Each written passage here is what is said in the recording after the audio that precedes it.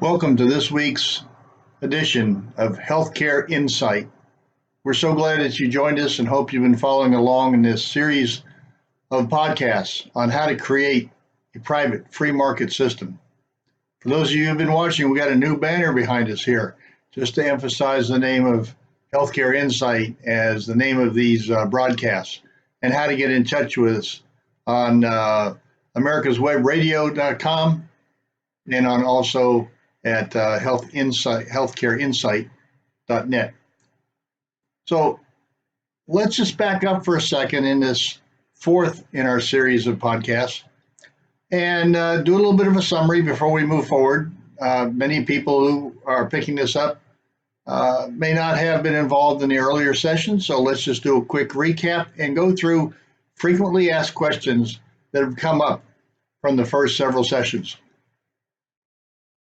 The first is, what is the difference between health care and health insurance reform?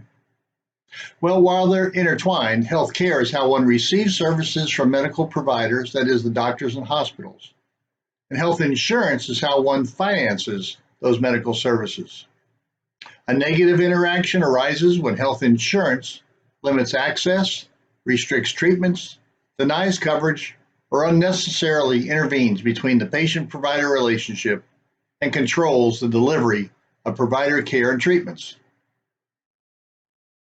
We'll often talk in these sections about what is self-insurance. Well, self-insurance or self-insured group health plans is one in which the employer assumes the financial risks for providing health care benefits to its employees.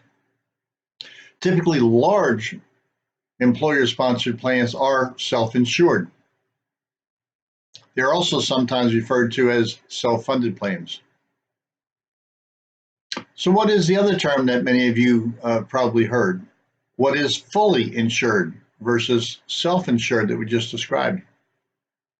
Well, a fully insured health plan is the more traditional way to insure and structure an employer-sponsored health plan. With a fully insured health plan, the business pays a premium to the insurance carrier for the payment of any claims. Now, there's some other terms, especially around these ideas that are developing on the political front: socialized medicine versus private markets. Well, are Americans supportive of socialized medicine? A recent Reuters poll found that Americans initially supported Medicare for all, 56% to 42%. A 14-point differential in favor of Medicare for all. But once people are told that a government-run system could lead to delays in getting care or higher taxes, the support for Medicare for all plunged from 56% to 26%. So on the flip side, are Americans supportive of private health insurance?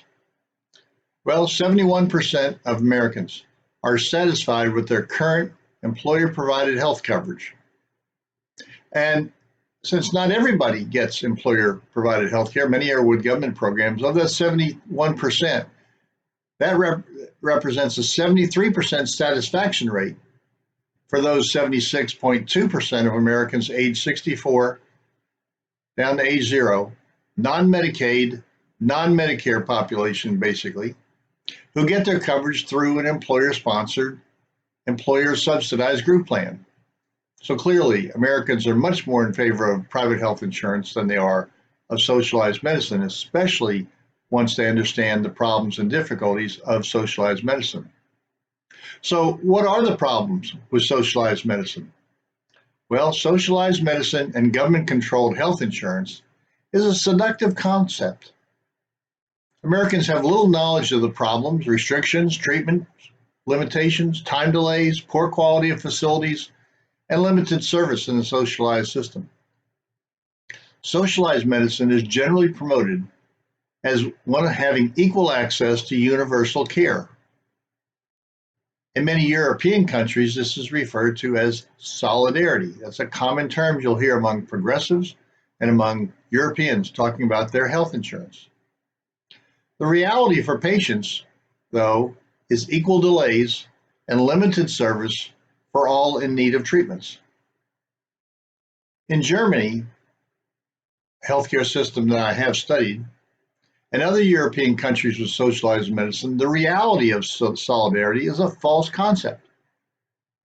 Government officials, unions, teachers, and other favored groups have access to better insurance, faster medical care, and better treatments than does the average public or Joe Sixpack. But private insurance isn't great either. And what were the problems with private insurance pre-Obamacare? We had a lot of problems. We did not have a free market pre-Obamacare. So what were the problems of that so-called private insurance pre-Obamacare? Well, there are no implications that pre-Obamacare healthcare was a great system or showed America at its finest. In fact, it lacked many features of a free market. Consumers were powerless when seeking to purchase coverage from insurers. They could put in an application, then they just had to wait and see if by the luck of the draw or the luck of the underwriting process that they made it through. But they didn't know for sure that they had coverage when they made the application. They didn't know that they were guaranteed to have a product at some price or with some restrictions. They could just be rejected outright and they'd have no understanding as to why. Third, the cost and quality information was non-existent.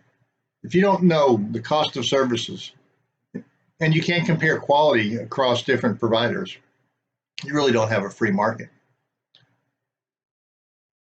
Fourth, individual consumers had little or no power to negotiate premiums or understand why they were rejected for coverage. And fifth, limited competition among insurers as they consolidated into larger and larger entities.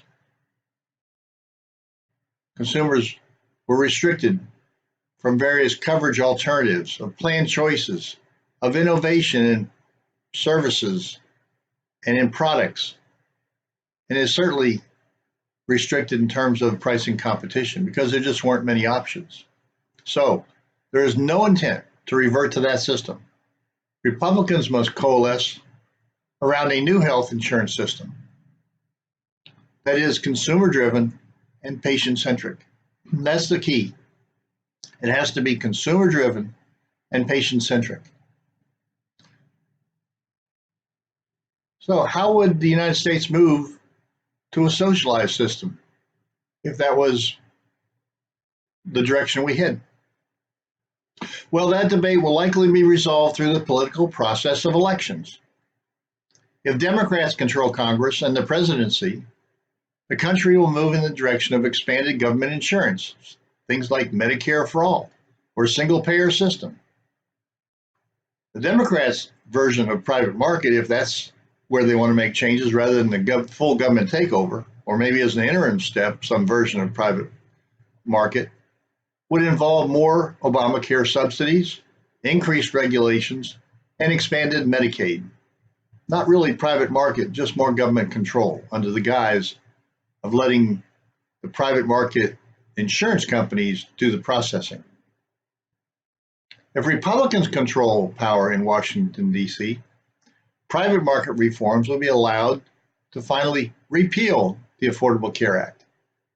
Large group regulatory relief can be given, certificates of guaranteed coverage will be provided, and the Impaired Health Support Group, which we'll fully describe today in one of the other sessions. The Impaired Health Support Group, which is a structure for the uninsurables, the people who need the most help, the sickest among us. We're going to be able to create something that helps the sickest among us. That's the real key to a fair, compassionate, private market system. So private market solutions for these populations would create a consumer-driven and patient-centric set of products and services. So let's talk about some other questions that have come in since we first started these podcasts. Is Obamacare in a death spiral? Now, we spent a whole session talking about that. But yes, Obamacare no longer works. Obamacare is in the end stages of an actuarial death spiral. Obamacare depended on mandating that younger participants buy insurance and pay more than their actuarial equivalents in order to offset the higher costs of older participants. With the elimination of the individual mandate and associated tax penalties in 2019, young and healthy individuals can now legally avoid purchasing overly expensive Obamacare insurance. That means only the sickest will remain. Only those who expect to have major medical expenses will purchase insurance. So what about the repeal and replace legislation? The Republican challenge is no longer to repeal and replace Obamacare by itself, especially just repealing. We are beyond the point of no return. We are beyond the Tea Party opposition to government control of healthcare. We are beyond the anger of the 2010-2016 elections and the lie that if you want to keep your doctor, you can keep your doctor. We are beyond the lie that the Affordable Care Act will reduce premiums by $2,500 per family. Remember when all those promises were made? They were promises broken. But most Americans are now facing the dire prospect of a failed Obamacare with no acceptable alternative that they understand. Americans are justifiably worried that under a Republican plan, they will not be covered for pre-existing conditions. To date, Republicans have simply had bumper sticker slogans about pre-existing conditions, but no structured, definitive outline plan has ever been made available to the general public. Not that there haven't been attempts, but they really haven't gone very far, and there's been no coalescing around a single approach. So, with all that, won't Democrats just be blamed for the failure of Obamacare? Well, I believe Republicans will be blamed by the Democrats and the media for the failing of Obamacare. They will say Republicans failed to address the issues to improve Obamacare, and Republicans never offered a viable alternative. And unfortunately, there's a lot of truth in those statements. Since the passage of the Affordable Care Act, or Obamacare, in 2010, Republicans have been long on slogans and general concepts and too short on specifics for a plan to repeal and replace Obamacare. Well, I'm excited about the great response we've had so far on this series of podcasts. I don't know if you're watching it on the video, because it's available in some cases on the website, on YouTube, on healthcareinsight.net. If you go on YouTube, it's under americaswebradio.com. You'll search for Healthcare Insight. And we should be able to work together to understand what needs to get done and be able to work with those folks around us. We may know a politician, we may know an influencer, we may know somebody in the insurance industry, we may know an elected official or somebody running for the office that we can talk to about healthcare reform, and we can point them to some of this information. So we're going to be back in just a few more minutes for the next segment. We're going to really delve into more of the details now that we've covered some of those questions and answers as a area that we can just get everybody up to the same speed as we move forward here. So let's find out more about the details, about how and why all this will work, the system that I've been calling MAGA Health. Welcome back to America's Web Radio. This is Healthcare Insight, where we try to give you some ideas on how to create the possible. We're not talking about academic solutions. We're not talking about ivory tower thinking. We're not talking about the impossible brainstorming.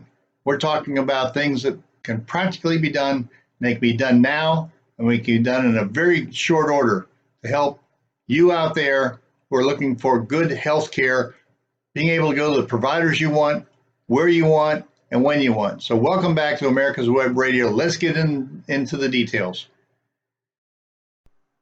So we've talked about why MAGA Health, why the private market health insurance system is needed. Let's now talk about what is MAGA Health. What is the private market option that we've been talking about? Is it going to be perfect? It's pretty darn good. But obviously, the whole idea of legislation, if that's what it ultimately comes to, is getting input from multiple sides to try to improve it, to try to reflect the concerns that others might have. But I think it's a great way to start. Instead of starting with a blank sheet, we're going to start with this concept of a private free market health insurance that I happen to call MAGA Health. And how does it actually work?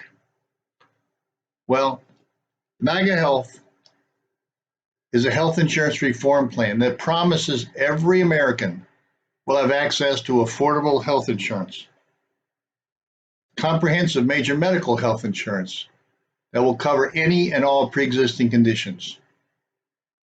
It's a very simple, direct, and easily communicated to the general public. Because there are no gaps in coverage, health insurance policies are guaranteed to be issued to anyone wanting coverage. No one is required to buy insurance against their will, but 100% of Americans will be able to purchase affordable health insurance. There are simply 3 easy, basic steps they're going to be a part of MAGA Health that will show how anybody will fall under one of these 3 steps. The first is you make an application, as you did pre-Obamacare. Make an application and acceptance by a participating insurer. And they can ask whatever questions they want, including health questions. Now, the reality, even though there were some companies that abused the underwriting process or turned down people without giving them a really good reason as to why they were turned down, or increased their premiums, but made it unaffordable for many people who wanted insurance, needed insurance. The reality is that 88 to 89% of applications made where there was a follow-up answer to a question, 88 to 89% actually got health insurance that they needed and wanted. So the first is just to make the application as we historically did. The second is if you're rejected, either as an individual or as part of a group, there's somebody in the group that was uninsurable. They would go to an impaired health support plan through an application to a health review authority. The health review authority would be a new public-private entity. So they would review that rejected application. And if that person really should have gotten coverage from an insurance company, they'll be given a certificate of guaranteed coverage. Now we'll get into a lot more detail because that's a real important new entity and a new process to equalize and level the playing field between the individual making an application, a small group making an application, and the potential rejection that they might have gotten in the pre-Obamacare world. We're now going to equalize the power between the application and the approval process so it's not so arbitrary. So that's the second. And we'll get into a lot of detail on how that works and how the interactions of the authority and the governance and the structure and the rules and regulations for getting that certificate of guaranteed coverage. But that's actually about another 9 or 10% of the population would qualify for that. The third option is a participation in this impaired health support group. Those would be people who are uninsurable. And the determination of being uninsurable would be this health review authority. And if you are uninsurable from the health condition you either have or the genetic impairment that you have, that would be a very high risk. Even if you're not currently high cost, you're high risk, you can be put into this impaired health support group. It would be a subsidized group. We'd actually be shifting from the current Obamacare level of subsidies, which goes up to, as we've described in previous sessions, up to over $100,000 potentially for family income of over $100,000, they could get some subsidy. But we're going to take those subsidies under Obamacare and put them where they're really needed for people who have impaired health. They need to have coverage. It would otherwise be unavailable or even unaffordable given their level of impairment. So, simple, direct, easily communicated. 1, 2, 3. Application acceptance, certificate of guaranteed coverage, or participation in the impaired health support group. Everybody would qualify under one of those 3. So, it really can work. Now, it sounds real simple, but as you know, many times the devil's in the details. How it's structured, how it actually works. Well, that's the silver lining again. This thing actually will work, and it's been reviewed by other actuaries that have said, yes, it'll work. Now, they may differ on whether it's 2 or 3% of the population is uninsurable or not. They say, some have said it could be as high as 8%, but now we're arguing over something that doesn't even exist. If the structure works, it can work between 2 and 3% or up to 8%. That's just a matter of how much financing there is, how much money is available from the state and or federal government to help subsidize, and how much we do subsidize people who are high risk. But his third option for guaranteed coverage in the impaired health support group, it may actually be less than 2% of the population. A pre-Obamacare study states that perhaps only 1% of the population is both uninsured and uninsurable. It's really hard to know for sure how many people are truly uninsurable, but there's ample evidence that the number and cost is much smaller than most policymakers presume. Obamacare proved the number of uninsurables to be lower than expected. Included in Obamacare was a 3.5-year transition program most people forget or didn't even know about it. It was known as the Pre-Existing Condition Insurance Plan, called PCIP, Pre-Existing Condition Insurance Plan, which launched in the summer of 2010. The Affordable Care Act appropriated $5 billion to finance the program. 3 years later, by April 30th, 2013, at the end of the test period, there were only 110,298 individuals enrolled in the pre-existing condition insurance plan. A Kaiser Foundation study in 2011 showed the uninsured as a percentage of the individual market to be 2.2%. The individual market is only about 5 to 10% of the population. Therefore, the presumed uninsurables would amount to less than 1% of the total privately insured population. In the pre-Obamacare world, this group was shunted off into state high-risk pools if they even had those choices or knew about them. These were the people that we didn't want to talk about. They were actuarial risks, they were underwriting risks, and the structure wanted them to just go away. We don't need you around. You're going to mess up the risk pool. You're going to mess up the cost of care. So here's this outlet over here, and it'll make us feel better by saying we're going to put you into this high-risk pool. But these pools were limited in benefits and high in premiums. They provided little to no support for those among us who are the sickest and most in need. Well, MAGA Health reverses that approach and offers the uninsurables the impaired health support plans. I start from this position. No one wants to be labeled as high risk, but most with health problems would welcome a health support plan. We should be giving people who are in the impaired health support plans the best of care, the best alternatives, the best education about their situation. They should have everything that any major large national employer, any large self-insured plan provides to their employees and their dependents.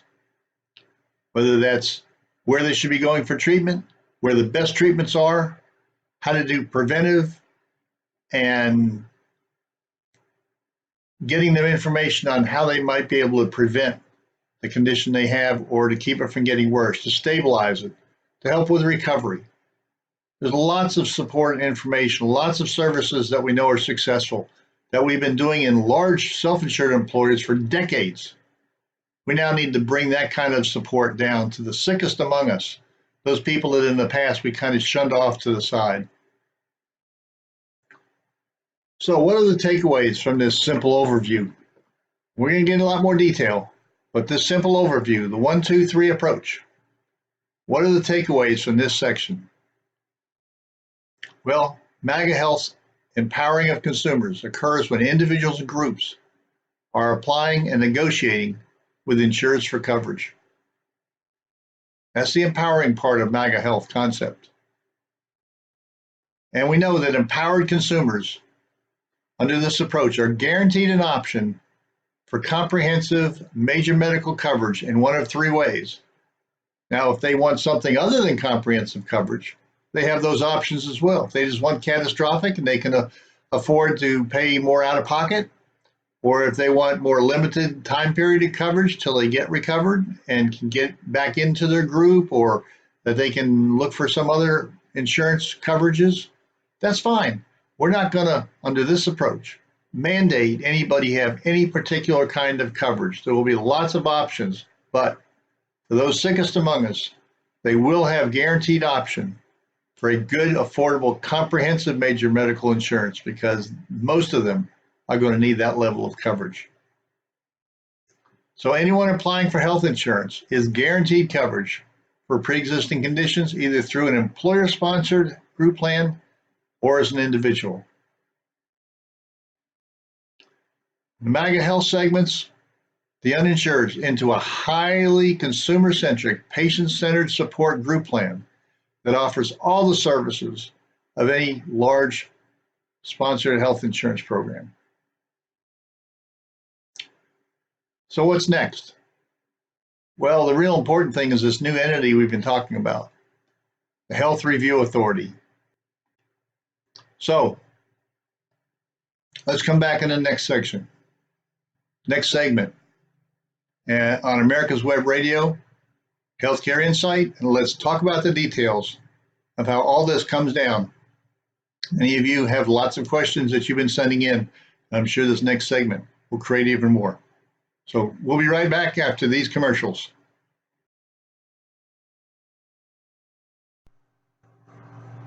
Welcome back to Healthcare Insight on America's Web Radio. For more information or past programs, just go to americaswebradio.com and search for Healthcare Insight. And if you're interested in health and healthcare, there are a lot of other programs that are being put on by America's Web Radio. So it's a great resource, not only to look at this program and its history and anticipation of the weeks to come, but also in the other programs where doctors and psychologists, psychiatrists, and others are talking about healthcare. So if you're interested in this topic, it's a great resource to go to. So let's talk about this Health Review Authority. Its governance and structure is going to be very important. I refer to it as a public-private partnership established to review individual and group members rejected for coverage or deemed a high cost risk by participating insurers. Now, this Health Review Authority has to create a delicate balance of power, much like our founding fathers did when they created the sharing of power and the balancing of power between the executive, the legislative, and judicial branches. The Health Review Authority has to be something that's balanced. It can't be controlled by the insurance industry, which would tend to want to push everything into a subsidized government section of the Impaired Health Support Plan. And that is going to have subsidies from the state and or federal, and there's other ways of funding it that will go through. There'll be fees and licensing and a number, I think there's about 10 different items that we'll list out on how to fund the administrative costs and the claims cost for those who are going to be in the Impaired Health Support Plans. But it can't be controlled by the insurance industry, because you can see how they would just push everybody there for their own self-interest in getting them out of any private insurance. As well, it can't be controlled just by governmental entities, by bureaucrats who simply want the insurance company to take on poor risks, where they don't take anybody or a very limited number of people into the Impaired Health Support Group. And they'll just give everybody certificates of guaranteed coverage. So that can't be the process. So it has to be established with standards that are acceptable to determine who's insurable and who's not. Historical underwriting guidelines do exist for fair and impartial determining of being uninsurable. Now, it's not crystal clear. The insurance industry doesn't have standard underwriting principles. They never have. They've all done a little differently. But if you consolidate those and look across nationally, there are organizations that existed and still exist that can help in structuring universal standards for what's appropriately defining those people who are uninsurable.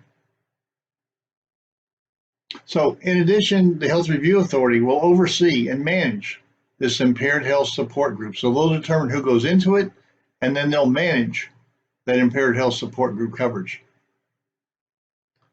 For policy administration and public management oversight responsibilities, the Health Review Authority should typically be assigned to the Department of Insurance at the state level or to Health and Human Services at the federal level. But again, it can't be just a new governmental entity. It has to be something that has some industry input so that there's an appropriate balance that helps the consumer, but also doesn't try to bankrupt our country in support of an insurance industry that ought to be doing more to take on these lives. So insurance company underwriting and risk selection should be vested in each separate insurer. We shouldn't be trying to tell them exactly what they need to do and how they should be going through their own risk selection. Let them do what they're going to do. Companies should be able to continue to develop proprietary internal standards. However, a viable individual or small group private market cannot exist if only the young and healthy can purchase insurance. By establishing a public-private partnership called the Health Review Authority, it will review applications that have been rejected by participating insurers. Rejected applications will be determined to either be insurable or uninsurable. If you're insurable but have been declined coverage by one of the participating insurers, those applicants rejected for coverage from participating insurers can challenge the underwriting decision with the Health Review Authority. If they are deemed to be insurable, they will be given a certificate of guaranteed coverage.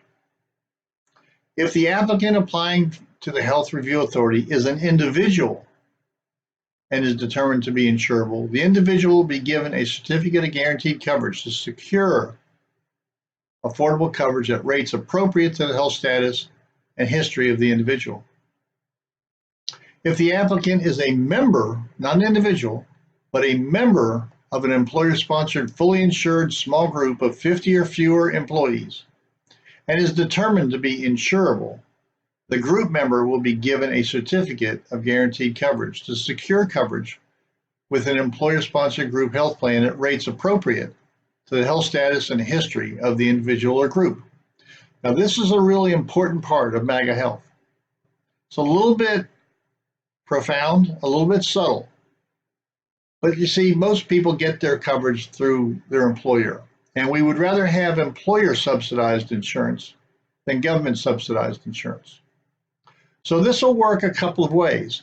If the states have laws, and many do, that a group can be declined in total because of the health status of an individual, that individual then could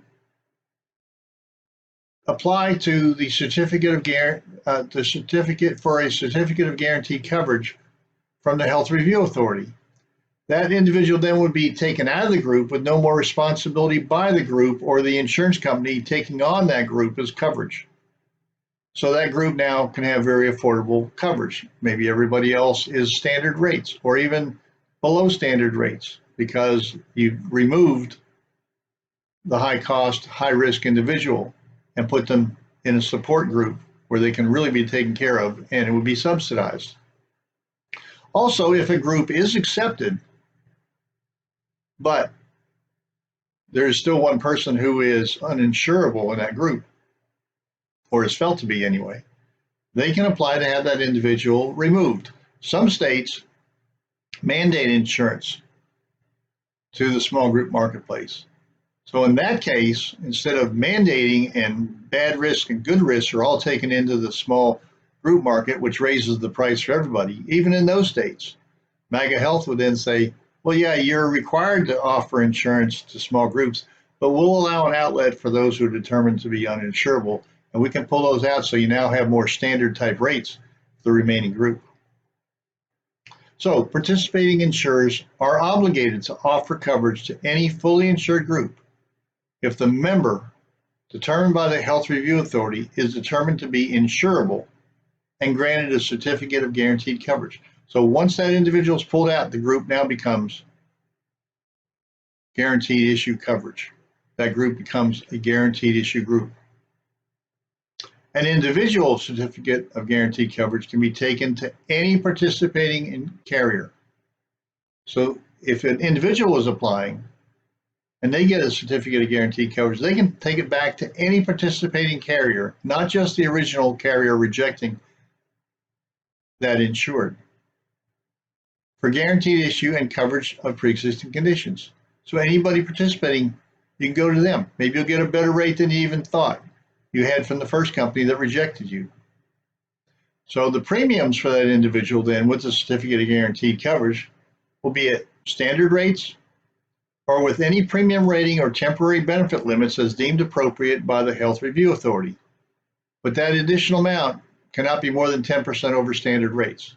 There could be some limitation for 3 months, for 6 months, but not unlimited restrictions, just temporary benefit restrictions. Let's say if somebody has got a condition, they're not uninsurable, but they need to be maintained on that medication for at least 6 months before they could get full coverage. So they might be given a limited benefit structure that they can take back, but they'd still have the certificate of guaranteed coverage. And then after 3 months or 6 months, they would have no restrictions whatsoever. Now, participating insurers must accept these certificates of guaranteed coverage, and they would have to accept them equal to the number of individual applicants they previously rejected for coverage. So think about that for a moment. Each participating insurer will be keeping up with the number of individual applicants that they previously rejected, and carriers rejecting relatively good risks might find that they are required to accept much worse risks. Those individuals with a certificate of guaranteed coverage could go back to a company who rejects a lot of lives and only keeps the very best. But when that individual comes back with a certificate of guaranteed coverage, they would have to give that individual coverage at standard rates or any small markup or any small restriction as determined by the Health Review Authority. So by balancing the application process in this way, carriers will begin to accept more applicants, and industry underwriting standards will be voluntarily moderated in favor of the consumer. Because those companies don't want to reject relatively good lives and get back slightly worse lives with certificates of guaranteed coverage.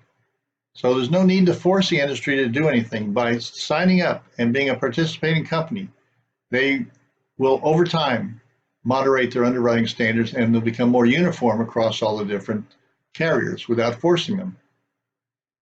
So the federal, state laws and regulations will not have to mandate individual company underwriting risk selection standards. Over time, insurers will begin to approve more lives so as not to have to accept those with a certificate of guaranteed coverage, which may or may not be as healthy as the lives they've turned away.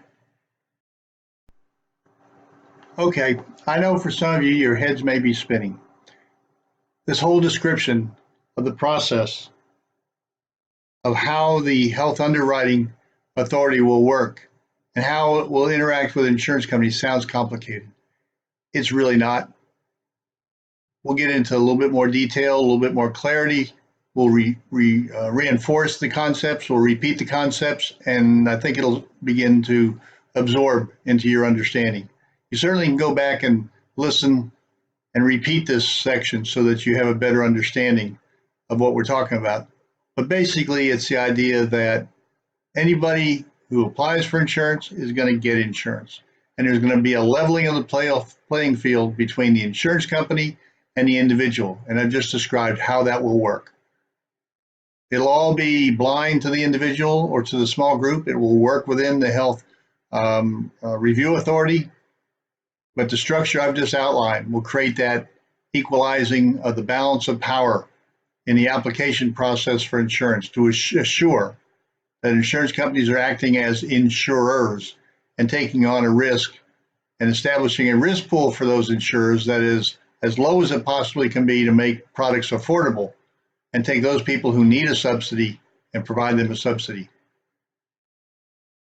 and all the support that they need to get better, to follow the doctor's orders, to understand their condition, and hopefully to get to recovery. So we're going to do a little bit more of that when we come back. So this is Healthcare Insight on America's Web Radio. We'll be right back. Welcome back to America's Web Radio. And the program is called Healthcare Insight, Creating the Possible. So at the end of the last section, we talked about getting into a little bit more of the rejected and uninsurables. Well, if the Health Review Authority determines that an applicant is truly uninsurable based upon the standards that they accept, that become national standards by this public-private entity, that is, individuals among the 2 or 3% of the population, they will be offered coverage in an impaired health support group. Participating insurers submitting individuals who are determined to be uninsurable and are accepted into the impaired health support coverage will no longer be obligated to offer coverage to that individual. They will have coverage. And so the insurance company is sort of stepping out of the scene at that point. The risk-bearing entity for the impaired health support group may be another insurance company that is contracting with the Health Review Authority. It may be the same company, but it'll be a separate discussion, a separate entity that is providing the insurance for the uninsurables. Participating insurers submitting members of employer-sponsored small group plans. Remember, I'm differentiating now between individuals that are accepted into the impaired health support group and plan members. That's the right language to use, to plan members of an employer-sponsored small group who are determined to be uninsurable can exclude those individuals from any group requirements for underwriting, premiums, acceptance, or renewal of a small group plan. So members who are submitting to the Health Review Authority, plan members of a small group, if they're actually determined to be uninsurable, they will be pulled in to the impaired health support plan. And that group will continue to be covered by the insurance company or get coverage from the insurance company. And that individual basically will be excluded from that plan because they will be in an impaired health support plan with premium subsidies to cover their costs and their claims. Means the remaining group will have much lower premiums. And the whole idea of this approach is to make products more affordable to those small groups so that employers in the under 50 life market will begin to take on more and more individuals and provide coverage. We would rather have them do that in the small group marketplace than government programs. Remember, if you're in a government program and you're being subsidized, the more money you make, the less subsidy you get. So there's a disincentive to actually get ahead, to advance, to take that new job. Whereas if we do it this way, as MAGA Health is described, you're going to get coverage one way or the other, but as you make more money, as you advance, take a new job, you don't lose this coverage. It stays with you. You're still in this group. It's more portable if you're in the impaired health support plan, and you don't lose the subsidies if you make more money. Now, there's another twist that makes it really important for companies to want to participate. Most companies aren't that excited about individual policies. That's a very expensive marketing process to sell policies one at a time. But they love group plans. Small group plans are a key market for many. So what we want to do is have companies participating that offer both individual and small group. Some companies avoided high-risk pool options in the past because they didn't even offer individual policies. So they were not included as a place where you could historically shun people off into this limited coverage. Companies didn't even offer those products, so they didn't get their share of these higher cost, high risk individuals. Well, under MAGA Health, if you're going to participate, you have to offer both. But the real kicker is not just the small group we just described, how you can pull people out of that and make that small group plan affordable. There's one more good twist, that in addition, at the first annual policy renewal for a fully insured group, any uninsurable individual in that renewal group can also apply for the Impaired Health Support Coverage Plan. In other words, if everybody was insurable or somebody got taken out to make the group insurable at first application, on the first renewal of that plan and something happens during that year, an illness hits somebody, an accident hits somebody, whether it's an employee or a family member, they can then be pulled out again. So it's sort of like the insurance companies get 2 bites of the apple to keep their premiums low. And small employers also get the benefit that if something was to happen, their premiums aren't going to spike. So moving uninsurable people with impaired health conditions from small group plans at both the initial and first renewal year is a major feature of MAGA Health. It will make small, fully insured groups more affordable. Estimates are that small group premiums could be lowered by as much as 15 to 20%. That's based upon some studies by the Employee Benefit Research Institute that said just 1% of the population has 20% of the claims. Well, it's an industry study, and sometimes as an actuary, I find myself a little bit skeptical of the numbers and think it might be a little overstated. So the estimate that I would go by is that if you remove 2 or 3%, that the premiums could be lowered as much as 15 to 20%. If you believe the EBR report, it could be lowered by even more than that once we start to lower the premiums by taking out more and more of the population. So I'm saying it could be lowered by as much as 15 to 20% is a reasonable target. Now, the administration and risk sharing for the Impaired Health Support Group would be similar to the industry's participation in the Federal Employee Health Benefit Act. And there, most of the insurance companies will share the risk. There'll be one major entity that is doing all the processing, all the claims payment, and then other companies will jump in and participate. They'll take a certain percentage based upon their overall size and capitalization of the company that they will then participate in this risk pool. The subsidized risk pool, I'm calling the Impaired Health Support Plan. Now keep in mind a couple things, and we'll get into a little bit more detail as we go along here, that the Impaired Health Support Plan is not a single plan. It could be many plans. There are a number of people who are uninsurable, but they're not high cost. I'll give you a personal example. A family member of mine has got a hereditary blood condition, but they take medication, they stabilize themselves, and they're not really high cost. But they are high risk. If they didn't take the medication, didn't take care of themselves, they would be much higher cost. In fact, their costs are no more than any average person because they take the medication appropriate for their condition. So that person, knowing that they can be compliant with the care and treatment, might in fact just say, give me a higher deductible plan. Give me a plan that is less expensive in premiums because I know that I can take care of myself. I want a plan that's going to cover my medications, cover my doctor's office visits, but I'm not going to be hospitalized as much as somebody else who doesn't take care of themselves. So I ought to be able to handle some of those other costs with a higher deductible plan, with a health savings account attached to it.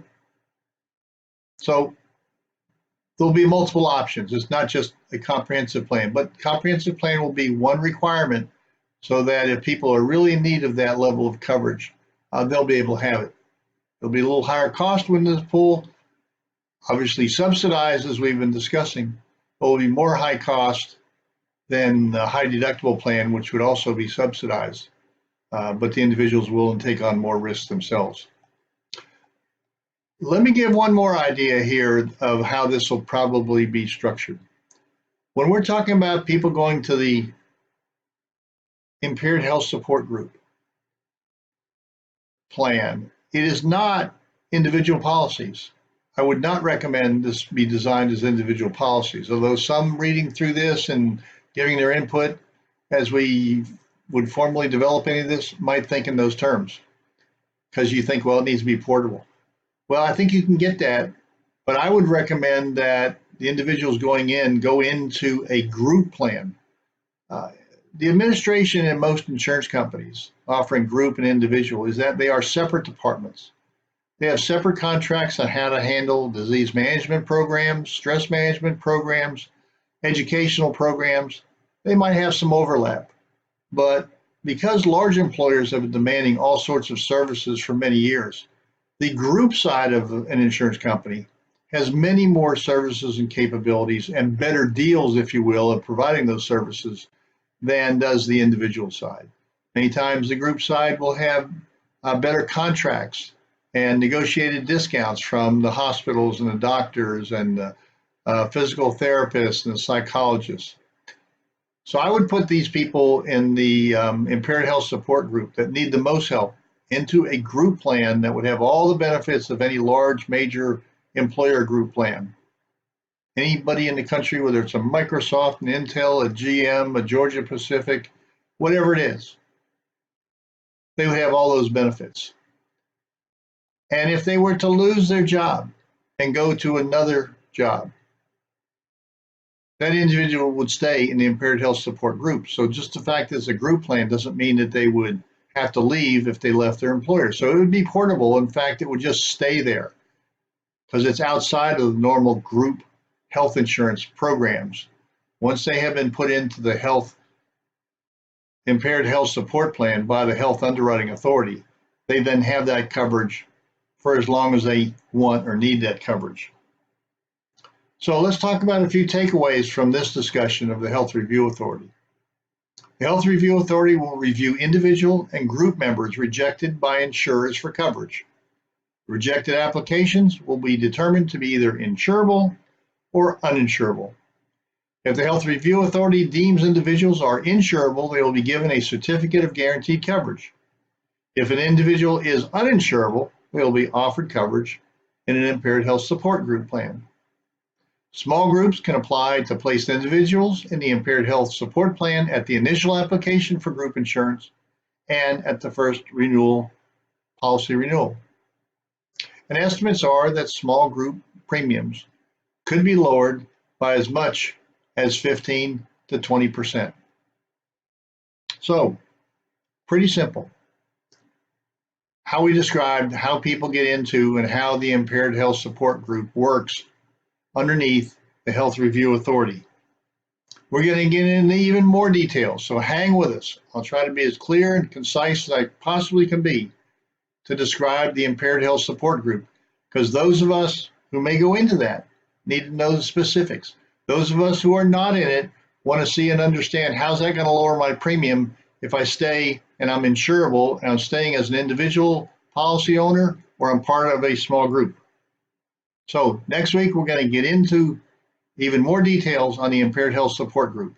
Stay with me. Stay here on America's Web Radio. There's a lot of information that you can learn and pick up on healthcare throughout. But this is Ron Bachman from Healthcare Insight on America's Web Radio. We'll see you next week.